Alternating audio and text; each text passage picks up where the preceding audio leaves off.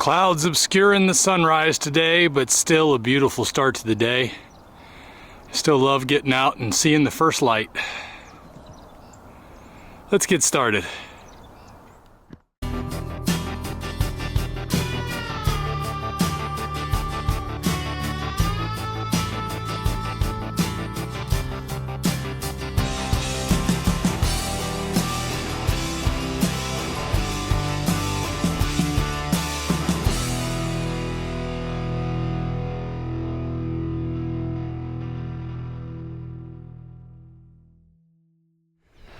Good morning.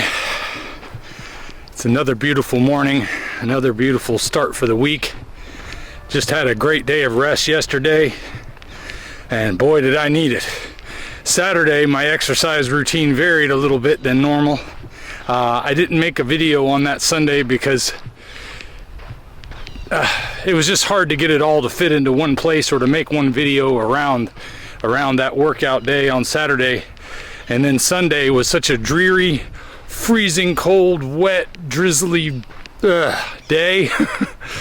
I just stayed inside with the boys and we played Risk on the board game, which was really cool because, you know, the kids usually do a lot of video games and they're always talking to people out in the ether on their headsets or on their phone or whatever. I love to be able to get around the table together and interact with each other and have a good time. But Saturday I was chopping wood. You know, the tree that I cleaned up last week, I had all the big logs still laying out, and I put a bunch of them around the chicken coop last week, but I had set a few of them on the burn pile, and I thought, you know what, I'm gonna go find me a wood splitter. And I went to a yard sale or a flea market area near town and found a wood splitter and a sledgehammer so that I could drive a wedge between them if I needed to. And it worked out pretty good. I did wind up breaking the sledgehammer, even though, you know, it was a cheap used one. I think I paid $5 for it, so I'm glad to have $5 piece of metal I can get a handle for, I guess. Yeah, wood splitting, it's a good workout. You can see here, some of these pieces took me a long time to get through, and some of them not so bad. I was kind of happy to see that, because, you know, I've done wood splitting in my life, but it's never been a regular thing, and it's never been something that I just did on my own. It was maybe something I did in Boy Scouts, or something I did when I was camping with somebody, or maybe at somebody's house that lived out in the country, and because I was always kind of a city boy when I was growing up more than anything. So felt good to be out there swinging an axe, feeling manly.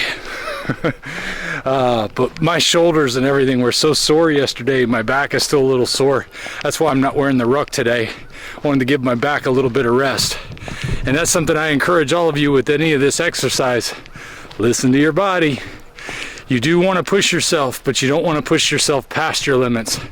When your body's telling you you're at the spot, you don't need to go any further. Listen to it. This morning I got my exercise done already too. I did push-ups again, starting the week off with my repeating sets of push-ups, triceps, and dips. So I got my push-ups in first, then I went to the tricep press, come back to the push-ups, then back to the dips, then back to the push-ups. It sounds like a lot, but it really isn't too much. But I will say that I didn't want to get started. I was feeling like, ooh, I am sore. I could just rest all morning and skip today. But that's not acceptable. You want to push yourself past that. And I'll tell you why. Not just to hold yourself accountable. Holding yourself accountable is a big part of it. But as I got done with the first set of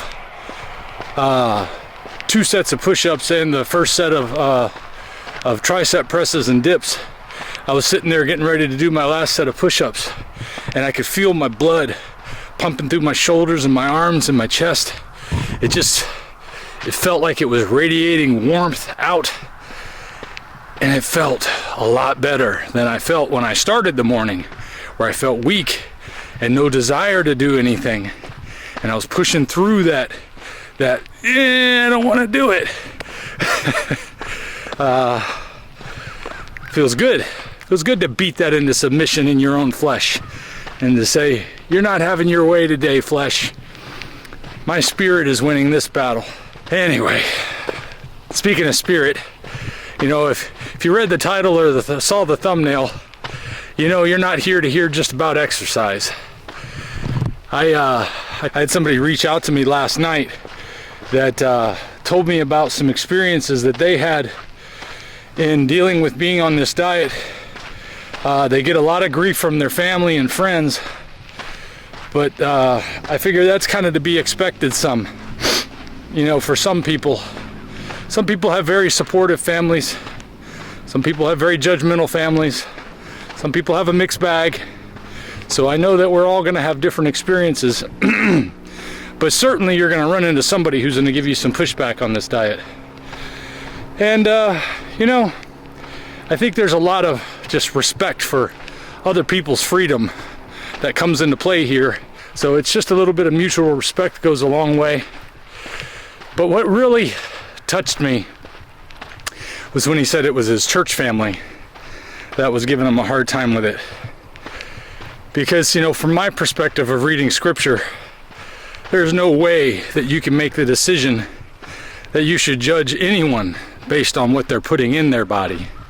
I think it's Mark 7:15 that says there's nothing that you can put into your body that defiles you. It's what comes out of a man that defiles him. You know, and when it comes to rebuking those who you love in love and in kindness, you know, consider the fact that it's not that makes them wrong. You know, that one makes it clear. But if you want to get down to the nitty-gritty on food, go over to Romans 14. Because if you're stuck in Deuteronomy 28 reading the dietary laws for Israel, you could get very confused. I do find it interesting that ruminant meats happen to be the clean meats that are talked about in the dietary laws for Israel. But that's where it stops. I find it interesting. I think maybe there was some reasoning behind it that might have some health implications. But Romans 14 makes it clear that whatever a man eats is good for him if the Lord gives it to him to eat. That can get a little confusing with today's food though, because today's food is mixed with a lot of things that aren't really food.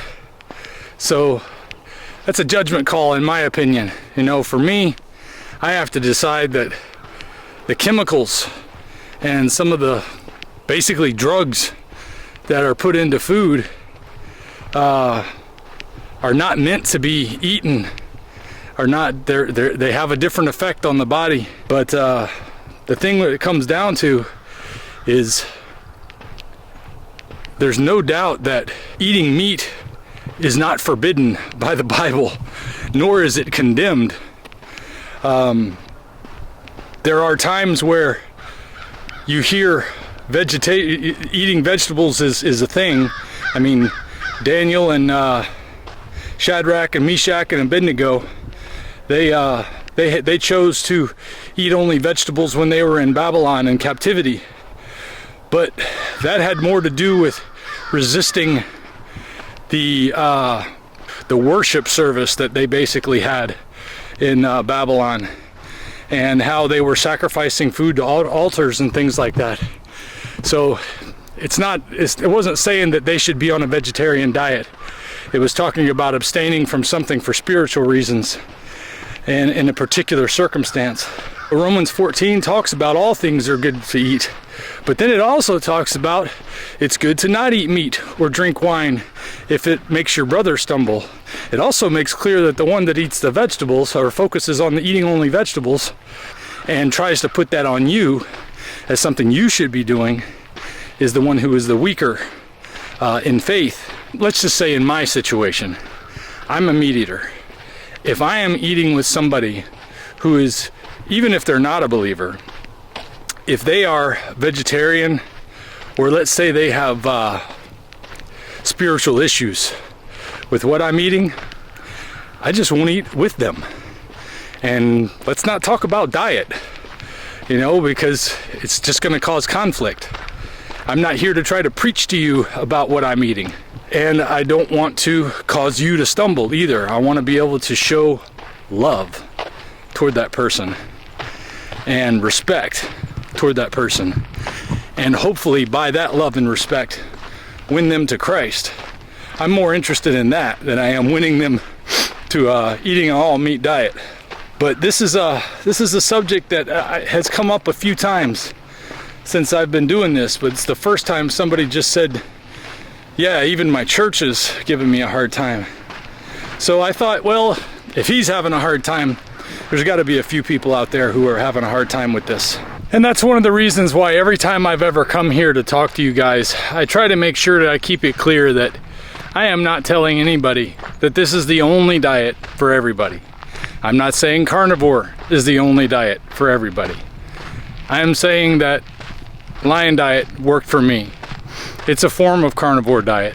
I've seen good health results from both. When it comes to the spiritual side of it, you got to work that out. If you judge me or anyone else for eating meat, you might want to think about some things a little bit, you know? Because when it comes right down to it, using judgment and being judgmental are two different things. Using judgment to say, you know, I'm not going to do that. I don't think it's good for me. I'm going to do what I want to do. I'm going to do what I think is right. If you have a debate, please put it in the comments. I'd love to debate with you and talk to you. But let's keep it civil, and let's realize that if we agree to disagree, we can still be friends. And if you're a believer who has any doubts about what I'm saying about putting these traditions and things like that on other believers and trying to encourage them away from eating this or eating that, or doing any other traditions of the law that we are free from, you might want to start in Galatians, I think 4, and start with about verse 10 and read on to the end there, because that deals with exactly that. You know, worrying more about the traditions rather than the spiritual aspect of encouraging other believers. I hope that I'm an encouragement to both believers and unbelievers on this diet. I can tell you everything I do when it comes to this is out of love and for hope, for encouragement for you and others. And I'm just thankful to be able to have such a responsive audience. And I thank you for letting me include my ministry in what I talk with you about. Anyway, I hope I did a good job with that for you. I'm no preacher. Every once in a while, I just got to let you know. You know, whatever the Lord puts on my heart is what I bring to you guys every day. Well, that's all I got for today, guys. I'll see you next time. If we pay extra, could we maybe get some grease or fat?